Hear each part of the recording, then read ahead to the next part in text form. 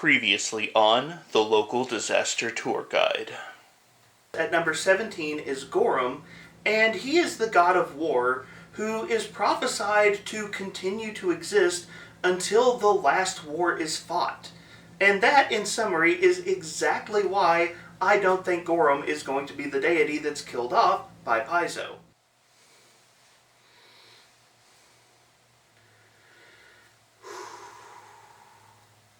Okay, so two things in my defense. Number one, I did technically say that I thought it was very likely that Gorum would be part of the story.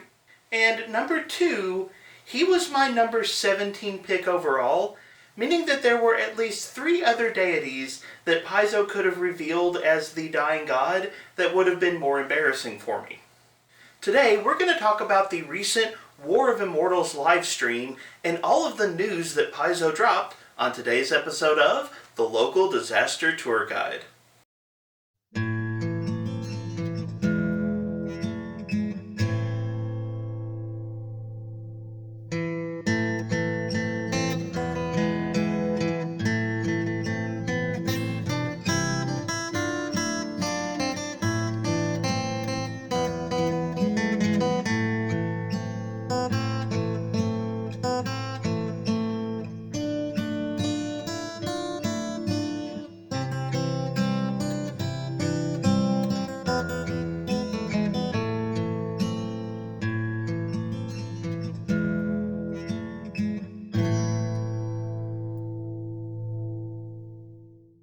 Hello travelers and tourists, my name is Mark and I am the local disaster tour guide. That's right, I'm a storyteller that has learned nothing about making wild and speculative guesses on this channel.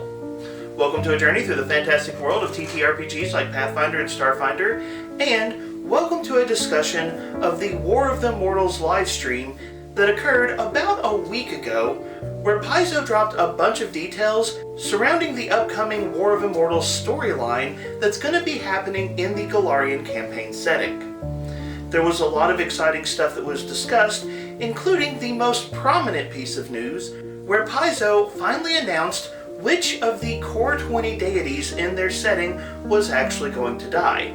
As it turns out, Gorum, the god of war, is going to fall during the War of the Immortals, and his death is going to result in an event known as the Godsrain, where his blood and pieces of his armor are going to spill out all across Golarion, causing catastrophic and wild consequences across the campaign setting. This is a major story that Paizo is telling, and Paizo has done a lot of work to hype up this story, and I have to say it's pretty exciting to see everything that they are bringing to the table with this particular storyline. Now, we don't know everything about the War of the Immortals story just yet. We have a few important details, but there are obviously a lot of blanks still to fill in. But today, we're going to be diving into a lot of the information that was shared in the War of Immortals livestream. And despite the fact that Gorum, my number 17 overall pick for which deity was most likely to die, is actually the one that's going to fall, I'm also going to talk about some of my thoughts and some of my speculations about this story now that Paizo has started dropping some pretty serious details. We're also going to talk about some of the products that they've announced and a really cool playtest that's coming up, because there is a ton of cool stuff happening here, and if you're interested in researching this a little bit more on your own, I will have a link to the original livestream video and a write-up about that video in the video description here, so if you want to dig in a little bit deeper, you can totally do that. However, before we dive into all of that, I must appease the most powerful immortal of them all, the algorithm, by encouraging you to do all of that stuff that supports the channel. So if you enjoy content like this, please remember to like, share, and subscribe. You can also check out my free Discord or my Patreon. Links to all of that will be in the video description below. And with all of that out of the way, let's get started. So Paizo recently hosted the War of the Immortals livestream, which centers around a book and an event called the War of Immortals that's going to be happening in the Golarion campaign setting. As part of this event, we were told that one of the core 20 deities of the Golarion campaign setting was ultimately going to be killed, and Paizo has definitely been having some fun with that particular aspect of this story.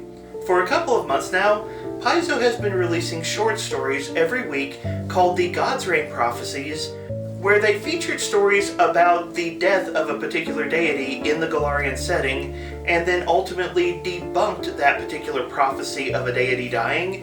And they had this fun little bingo card with pictures of all of the deities, and every week they would label another one of the deities as safe, until finally 10 of the deities were safe, and 10 of the deities were still in danger, leading up to the actual War of Immortals livestream, where they announced that Gorum, the god of war, was the core 20 deity that was going to be dying. Now, if you actually watched that live stream, that is one of the last pieces of news that they actually dropped during the live stream. They went through a lot of other material, and you can tell that Paizo is definitely having some fun with this storyline and thinking very seriously about the consequences to their setting and what it means for players. And Paizo has a lot of really cool stuff planned, and they definitely had a good time making people wait to find out exactly which deity was going to die. Or should I say, exactly which of the core 20 deities was going to die, because Paizo has announced that other deities will die during this event, but only one of the core 20 would actually fall. During the live stream, they actually started talking about deities dying very quickly. They just started off with a couple of the minor deities in the setting that were going to fall during this event, which means that this live stream kicked off with 3 words that are designed to shake the Golarion campaign setting to its core when they said the phrase, "Spawn of Rovagug." A new spawn of Rovagug is apparently going to be unleashed upon the Golarion setting. The spawn of Rovagug is known as Varix That Was, and previously, Varix That Was known as Varix the Despoiler, which was an orc deity. According to the little bit of information that we were given, apparently Varix the Despoiler dug too deep, got a little too close to Rovagug's prison, and was terribly changed as a result. One of the orc deities has died, and a terrible monstrosity was released upon Golarion, and from the very beginning of the livestream, as Paizo was discussing what was going to go on in the War of Immortals, very frequently they used the phrase redacted to describe different things. So-and-so fought redacted, or redacted came to this area, which implies to me that there is probably more than one spawn of Rovagug that's going to be showing up in this story, though to be entirely technical, we don't know that for sure. Essentially, all that Paizo did was offer us a bit of a teaser about some of the minor deities that would be dying, including Varix the Despoiler, and a deity from Old Sarkoris, commonly referred to as the Dragon Eagle. I don't want to rehash verbatim everything that was shared in the live stream, but allow me to say, Paizo is very clearly going big with these stories, as the quick description of the death of the Dragon Eagle sounds suitably over the top. But essentially, the War of the Immortals livestream kicks off with the announcement of a few minor deities that are going to die, and you get the sense from the announcement that these are not the only minor deities that are in trouble. But then after that, they began discussing some of the new adventure paths that are going to be coming out around the War of the Immortals. And in particular, they offered some information about 3 different adventure paths that are either going to precede the War of the Immortals, or happen during the War of the Immortals, or possibly follow up some of the consequences of the War of the Immortals. And Paizo has specifically said the impact of the War of the Immortals is going to be so grand and significant that these 3 adventure paths are not the only consequences that we'll see in the campaign setting. But let's go ahead and talk about these 3 adventure paths, because all 3 of them are interesting for some different reasons. Up first, we have an adventure path called Pray for Death. And this adventure path, which is designed to take characters from level 14 to level 17, has your players taking on the role of Red Mantis Assassins, one of the most prominent and powerful assassin organizations in the Golarion setting. We are going to have an adventure path where you are part of that organization, and we don't know exactly what the target is or who you're going after, but it is obvious that this is intended to be high-level play, very serious targets, and very high stakes. I think it's incredibly cool that Paizo is giving us a story featuring the Red Mantis Assassins at all, but the fact that the Red Mantis Assassins are going to be related to what is happening in the War of the Immortals, I think that is a very telling thing for Paizo to have dropped, and I am very excited to see what this story has to offer. The next adventure path that was discussed is called Curtain's Call, and this adventure path is designed to start at 10th level, and based on the brief synopsis that we were given, it's designed to play as a follow-up to an earlier adventure. Your characters are established heroes, established characters who have already done significant and noteworthy things, and now there is a play being written about your characters, where presumably your characters are being brought in as sources of information or to help this play be created, and as this play is taking place, it's going to lead into some of the major events surrounding the War of Immortals. Now, Paizo has not told us what the link between a play and the War of the Immortals is going to be, but I will tell you, if you look at the cover art for the Curtain Call Adventure Path, one piece of cover art very clearly depicts Norgorber, the god of assassins.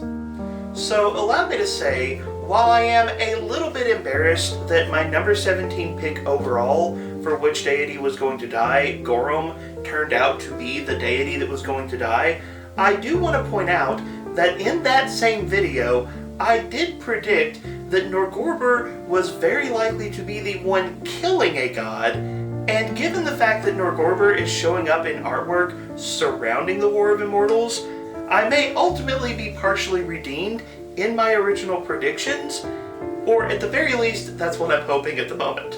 Finally, the third adventure path that Paizo revealed is an AP called the Triumph of the Tusk, which is a low-level adventure path that takes place in the Hold of Belskin, the home of the orcs.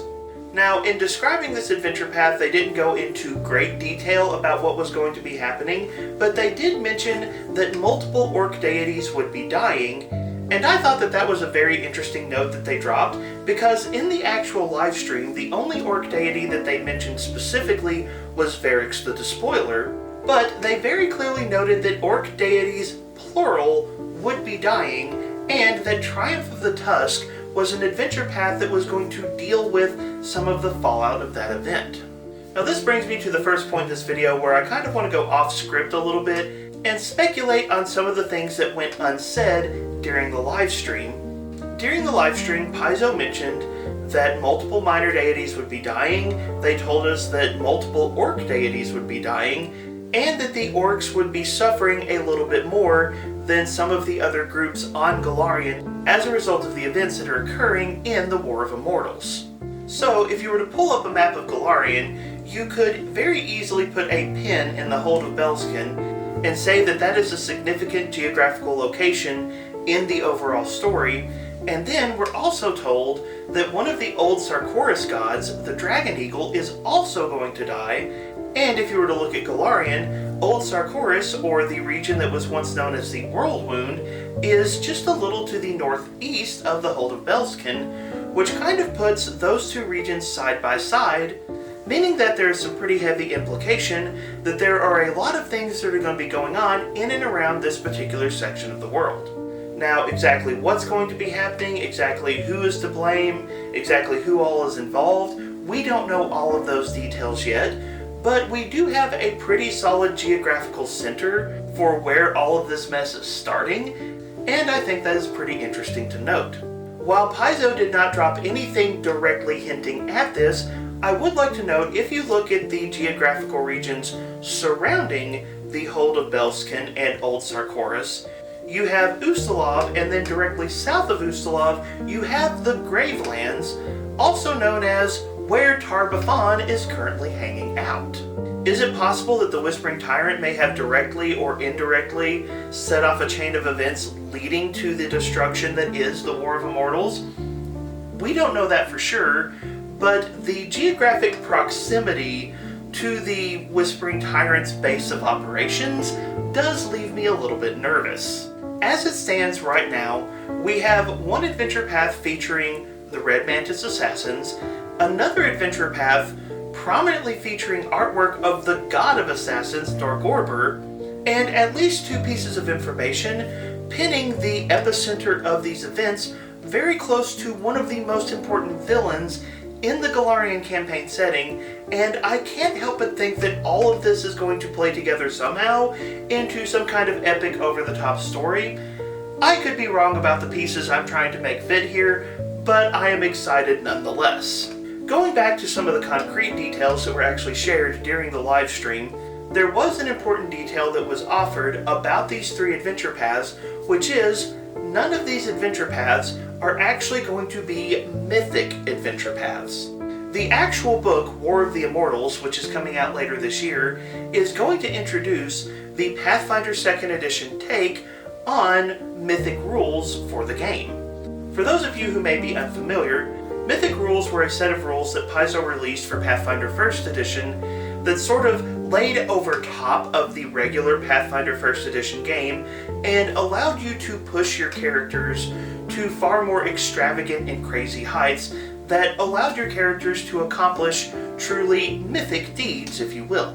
We have known for a while that Paizo is going to be releasing mythic rules as part of War of the Immortals, and exactly how Paizo intends to use the mythic rules for 2nd edition, we still don't know that for sure. These 3 adventure paths, while they're going to center around the War of Immortals, they're not actually going to make use of the mythic rules. They did hint that there are some thoughts running around about a truly mythic adventure path, or possibly more than one mythic adventure path. So I do think Paizo intends to use the mythic rules in conjunction with a future adventure path. They're just not doing so yet. In fact, when it comes to the subject of mythic rules, we didn't get much additional information from the live stream. I remember reading somewhere after the live stream was over something about 9 different options for mythic characters. I don't know if I actually read that or not because I haven't been able to find it a second time. So if you know where that particular teaser is, please let me know in the comments section because I'm not sure if I'm making that up or not. But the main thing for mythic rules is Paizo just confirmed that mythic rules will be coming in that book. And then from there, Paizo didn't actually say much about the War of the Immortals. We do know that the War of Immortals book is going to feature the Godsrain prophecies that Paizo has been partially publishing. We know that's going to factor into it a little bit. We know that War of Immortals is going to feature 2 new classes for Pathfinder 2e, the Exemplar and the Animist. Both of those were playtested last year, and we're finally going to get to see what the final version of those 2 classes actually looks like. But beyond that, I don't feel like they actually gave us a lot of information directly about War of the Immortals.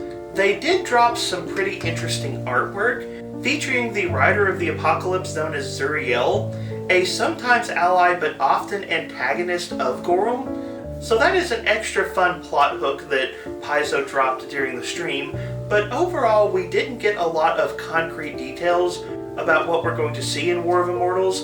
It's very obvious that Paizo is just very slowly feeding out information about this event, and they are doing their best to get their mileage out of the storyline, and hey, Paizo, I don't blame you at all, this is a ton of fun. During the live stream, Paizo did tell us that the Pathfinder Tales novels will be returning with the book Godsrain. This book is going to feature 4 iconic characters from the Golarion setting. If memory serves me correctly, I believe it is Kira, Mariciel, Amiri, and then a 4th character who I can't remember. But apparently these characters are going to be caught up in the consequences of the Godsrain prophecy and all of the events of War of Immortals. And they actually teased that during the novel, one of the 4 iconic characters would actually become a mythic character as a result of the story. And I'm just going to go on record as saying I think Amiri is getting mythic powers, because if there's any iconic with the bravado necessary to take mythic power for themselves, it is definitely Amiri. So I am more than willing to throw my prediction on that one out right now. In fact, the actual book that I think got the most discussion during the live stream was a book called Divine Mysteries. Now this book is going to serve a very obvious role in terms of the actual game Pathfinder 2nd Edition. very early in Pathfinder 2e, there was a book called Lost Omens, Gods, and Magic. This book featured a ton of information about different deities in the Pathfinder campaign setting, and then some of the supporting rules for characters who wanted to follow those deities. Well, with the Pathfinder 2e remaster, and with the campaign setting shakeup that is the death of multiple deities and some of the new deities who are joining the setting, Lost Omens Divine Mysteries is very obviously intended as an update to Lost Omens Gods and Magic. We're going to get to see updated deity stat blocks that are going to take into account the new sanctification rules inside of Pathfinder 2e. We're going to get to see new character options that are supported by the different deities in Pathfinder 2e. And Paizo's also going to dive, at least a little bit, into some of the lore surrounding deities themselves. One piece of teaser art that Paizo gave us showed Iomedae actually touching the Starstone and the moment of her ascension to being a deity.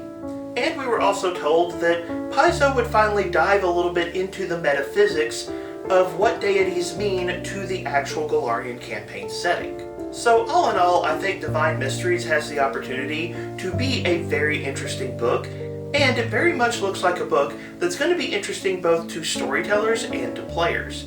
In fact, for players, there will be a lot of new character options in this book, and Paizo actually gave us a very brief glimpse at 3 of those options. These were the Battle Harbinger, the Rivathune Emissary, and the Palatine Detective.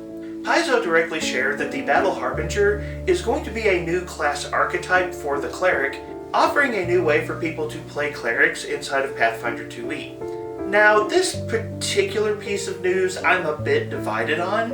On one hand, I have long said that the cleric really feels like a class that needs some more options in Pathfinder 2e, so I am very excited to see Paizo kind of opening up the options for the cleric. But on the other end of the equation, the Battle Harbinger is going to sacrifice some spellcasting to help make the cleric more of a combat-centric character, which kind of feels like it's stepping on the toes of the War Priest a little bit. So if I'm being entirely honest, I'm a bit conflicted on the Battle Harbinger itself. I really hope if Paizo is doing options for the cleric in this book, that they do more than just the Battle Harbinger. I would like to see some other options for the cleric as well, because if that's the only option, I'm not sure if it's going to distinguish itself quite as much. Another player option that was teased is called the Rivathune Emissary, and they didn't give us a lot of information about this one. They just told us that it centers around the idea of finding alternative means to access divine power, whatever that might mean. And then the last option that they teased was the Palatine Detective, which is going to be a new class archetype for the Investigator. Now, longtime fans of this channel know that I have a little bit of a rough relationship with the Investigator class. It's not my favorite option in Pathfinder 2e, but I will say that the Esoteric Order of the Palatine Eye is one of my favorite organizations in Pathfinder 2e. So the fact that I have the opportunity to play an Investigator that is a member of that particular organization, that I will say I am very interested in, and I'm excited to see what Paizo has to offer in that regard. Overall, Lost Omens Divine Mysteries got a lot of time in the live stream, and it really does look like a book that is going to bring a lot to the table. It's going to have updated information for old deities, information about new deities that are coming to the setting, new player options. It looks like it's going to be a pretty serious book that's going to be bringing a lot to the table. So ultimately, I am pretty excited for Lost Omens Divine Mysteries and what it means for the game. However, one of the biggest pieces of news, and arguably the thing I am the most hyped for from the actual live stream, Paizo has announced that on April 29th, they are going to be opening up the new Battlecry playtest, because if the gods are going to war, then the servants of the gods are going to war too, and that means we've got a couple of new classes that get to stretch their legs and see what they're capable of accomplishing. We have been told that there are 2 new classes that are going to be playtested. One is called the Commander, and the other is called the Guardian. Up first, let's talk about the Commander, because honestly, this is a concept that I have seen many people request for Pathfinder 2e for a while now, and it looks like Paizo is finally taking a shot. the commander is going to be a martial class that is primarily focused on buffing their allies. If you saw my video about the new Envoy and the field test for Starfinder 2e, I'm kind of wondering if the commander for Pathfinder 2e is going to be in one way or another a reflection of the Envoy in Starfinder 2e. It seems like they would fill similar roles, but essentially we have been told that the commander is a martial class that exists to make its allies more effective in combat. I believe they described the commander as an intelligence-based class, though to be honest, I was trying to watch this while also being out to eat with my family, so if I've messed up that particular point, feel free to let me know in the comments. I might have gotten confused there. But I do know that a lot of people have been clamoring for that style of character to be available in Pathfinder 2e for a while now, and I'm very excited that we're going to get to test out the commander very soon. The other class that they mentioned for the Battlecry playtest is called the Guardian, and we are told that the Guardian is going to be a heavily armored class. I am assuming it's probably a martial class. I didn't hear any mention of it being a spellcaster, but what I think is particularly exciting, in some of the stuff I have read since the live stream, there have been some references to the Guardian class having a taunt mechanic. And this is another thing that I have seen many requests for over the years. There are a lot of players who have been asking Paizo to put some kind of taunt mechanic into the game. It feels like something that a tanky character should have, and it looks like Paizo is finally taking that step and trying to give us our tank character that has the ability to taunt the opponent. Not a lot of other details about the Commander and Guardian exist yet, but April 29th is coming up pretty soon, so when that playtest drops, I can guarantee you I'm going to be downloading it, and I will definitely be discussing those two classes on this channel, because I'm very excited to see what Paizo is doing there. And with that, we've actually come to the end of all of the major information that Paizo actually shared during the War of Immortals live stream. The people who were hosting the stream definitely had some fun stretching out how long they could go without actually saying which deity it was that was going to die. Though in the end they did ultimately tell us that Gorum would die, and that the results of his death would cause conflict all across the face of Golarion. And I guess that this is a place to admit where my original predictions about this event ultimately fell short. I didn't think that Gorum would be the deity to die, because I thought that the death of Gorum would herald the end of conflict all across Golarion, but it seems that Paizo instead is using this event to instigate new and terrible conflicts all across the face of Golarion, so my original concern there seems to not be the case. And again, I would like to point out that prominent artwork of Zuriel riding around, which may or may not have anything to do with Gorum's ultimate demise. Ultimately though, that is all of the information we have about War of Immortals at this point. Obviously, Paizo is going to be giving us more details in the future, but for now, let me turn the conversation over to you. What do you think about the information that was revealed as part of the War of Immortals livestream? Did you think that Gorum was going to be the deity that died, or were you surprised like me? And now that that information is out in the open, and we have some other teasers and tidbits to consider, what are your predictions about this story going forward? What do you think Paizo might be doing, and what do you think these developments are going to mean for the world of Golarion and the game of Pathfinder 2e? Jump down to the comments section and let me know your thoughts and observations. I may have been terribly off the mark in the predictions I made last summer, but that's okay. I still think this story is interesting, and I love speculating about the implications of everything that Paizo is doing here. So definitely join in the conversation and share your thoughts about it. Of course, before you leave, don't forget to do all that stuff that supports the channel. Remember to like, share, and subscribe. Check out my free Discord and my Patreon. All of that stuff will be linked in the video description below, along with those links to the original live stream and the write-up about the live stream. But as always, thank you so much for being here. Thank you so much for being part of the conversation. Have a wonderful day.